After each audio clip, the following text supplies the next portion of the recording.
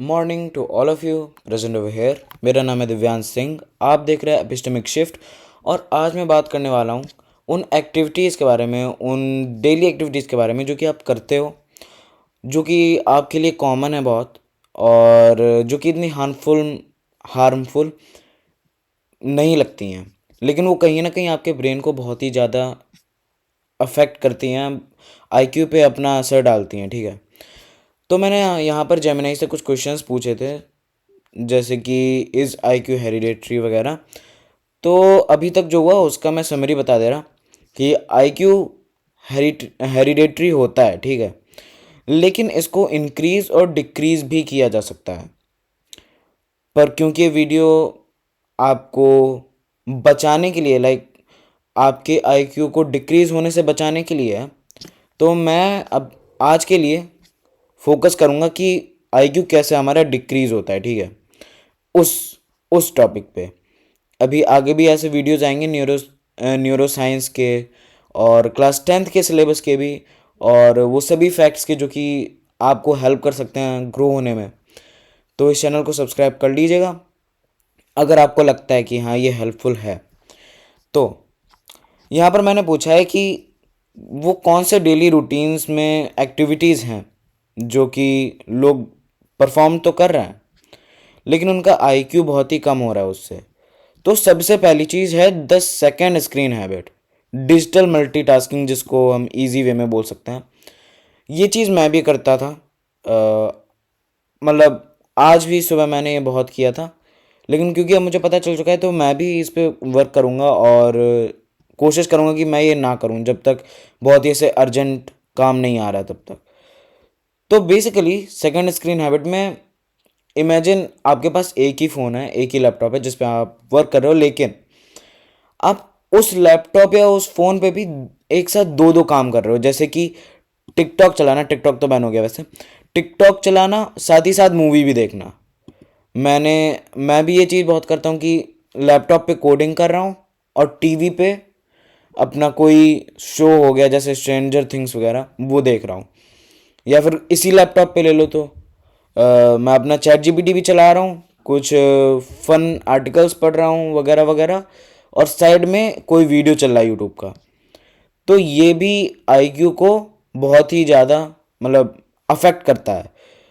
लेकिन ये इसका मतलब वाई इट मैटर्स, ठीक है, तो ये आप पढ़ लेना जल्दी से। आगे वाले पॉइंट पे चल रहे हैं। दूसरी चीज़ है passive gaming versus active gaming. तो देखो, मैंने इससे ये बेसिकली पूछा था कि क्या गेमिंग भी हमारे आईक्यू को अफेक्ट करती है। यहाँ पर ध्यान देना, मैं इफेक्ट नहीं बोला, मैं बोला हूँ अफेक्ट, यानी कि निगेटिव वे में इफेक्ट करना। तो जो गेमिंग है हमारी, उसको हम लोग दो पार्ट्स में डिवाइड कर सकते हैं, पैसिव और एक्टिव गेमिंग। इन शॉर्ट, अगर आप वो गेम खेल रहे हैं जिसमें कि जो चीज़ें हैं, जो टास्क हैं, वो बहुत ही प्रिडिक्टेबल हैं, ठीक है, आप बार बार एक ही चीज़ को रिपीट किए जा रहे हैं, ठीक है, तो वो पहली बात तो उसका कोई भी असर नहीं होता आईक्यू पे, और होगा भी तो निगेटिव साइड पे होगा, ठीक है, क्योंकि आप बार बार एक ही चीज़ रिपीट करते जा रहे हो, आप कुछ नया नहीं कर रहे हो। एक बार को जैसे शूटिंग गेम्स हो गए जैसे फ्री फायर, पबजी वगैरह, हालांकि वो भी काफ़ी ज़्यादा ब्रेन को अफेक्ट करते हैं। अफेक्ट बोला, अफेक्ट, इफेक्ट नहीं, मैंने बोला अफेक्ट, ठीक है, नॉट इफेक्ट, ठीक है। तो वो भी कहीं ना कहीं आपके दिमाग को नुकसान पहुंचाते हैं, ठीक है।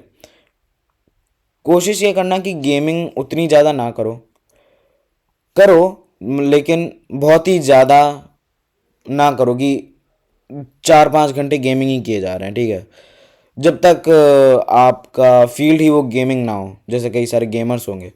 बाकी गेमर्स को भी यही रिकमेंडेड है कि वो ज़्यादा गेमिंग ना करें, जब तक वीडियो बन रही है तब तक करें, ठीक है।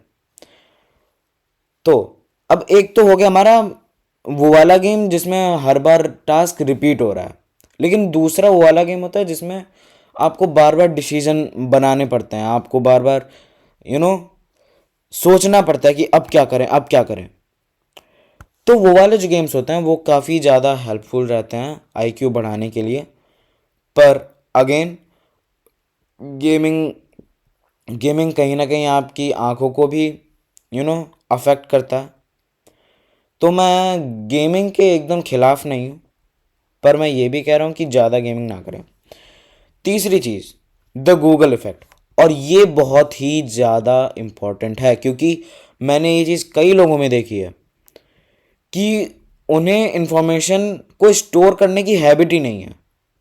दे आर लाइक कि इंफॉर्मेशन मिली, ठीक है, हमने उसको गेन किया, ठीक है, लेकिन उसको स्टोर करके रखना, उसको याद करके रखना कुछ ही लोगों में होता है, जब तक वो कोई एग्ज़ाम के लिए तैयार नहीं कर रहे। जैसे कि मेरे भी बोर्ड एग्ज़ाम चल रहे हैं, जी हाँ चल रहे हैं मेरे, ये तो मैं टाइम पास के लिए वीडियो बना रहा हूँ।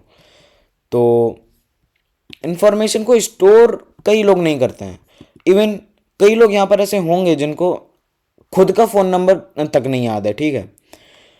तो जब तक आप मेमोराइजेशन नहीं कर रहे, रट्टा मारना नहीं बोल रहा हूँ मैं, मैं ये नहीं कह रहा हूँ कि रट्टा ही मारो, मैं कह रहा हूँ याद रखो चीज़ों को। जितना ज़्यादा आप याद रखोगे उतना ही ज़्यादा आपका ब्रेन डेवलप होगा, ठीक है। इट इज़ लाइक आप अपने ब्रेन की एक्सरसाइज करवा रहे हो, ठीक है। तो ये जो द गूगल इफेक्ट है, इसको गूगल इफेक्ट क्यों बोला जाता है? क्योंकि इसमें आपने कोई वर्ड सर्च किया, ठीक है, उसका मीनिंग आपको पता चला, यू आर नॉर्मल, आप याद करने की कोशिश ही नहीं कर रहे हो, ठीक है। और यही सोच कर बैठो कि अगर नहीं याद रहता है तो मैं दोबारा से गूगल पे सर्च कर लूँगा, जो कि बहुत ही गलत बात है। आपको याद रखना चाहिए, वरना फिर आपका जो ब्रेन है वही वीक होता रहेगा ये सोच के कि अरे मुझे तो याद रखना ही नहीं है, ठीक है। चौथी चीज़, सेडेंटरी लाइफस्टाइल। ये चीज़ अभी मतलब जब से बोर्ड एग्ज़ाम की प्रिपरेशन ली हुई है तब से लेकर अब तक ये चीज़ मैंने बहुत ही ज़्यादा की है, द चेयर ट्रैप। इसमें आप दिन भर लेटे रहते हो, पड़े रहते हो, ठीक है, और कोई भी एक्टिविटी नहीं करते हो। देखो, मेरे जितने भी दोस्त हैं वो टेंथ में ही हैं सारे के सारे। जो जूनियर्स हैं वो बाहर खेलते हैं, लेकिन वो इवनिंग के टाइम पे खेलते हैं, और इवनिंग के टाइम पे मेरा रूटीन वाइज मैं पढ़ता हूँ, ठीक है।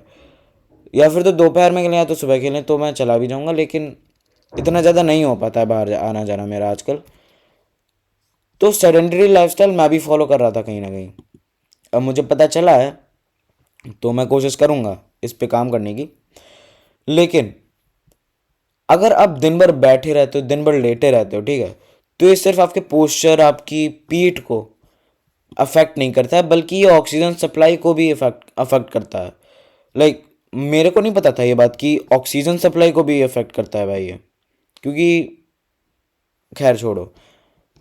तो अब साइंस क्या कहती है, मैंने ये वाला पार्ट उतना सही से पढ़ा नहीं है तो मैं रीड करके बता रहा हूँ। Physical movement triggers the release of BDNF, brain derived neurotrophic factor.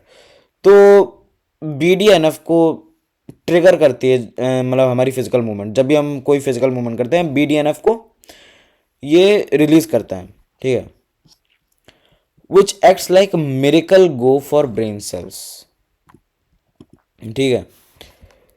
तो कुल मिला के यहाँ पर यही बात हो रही है कि जितना ज़्यादा मूव करोगे उतना ही ज़्यादा आपका ब्रेन का यूज़ होगा, उतना ही ज़्यादा BDNF रिलीज होगा, ठीक है। तो ये भी काफ़ी ज़्यादा हेल्पफुल है, और अगर आप बैठे रहोगे तो ये निगेटिवली भी अफेक्ट कर सकता है। अब ये चीज़ जो कि मैंने कई लोगों में देखी है, सारे पॉइंट्स हैं जो कि मैंने मोस्टली लोगों में देखे हैं।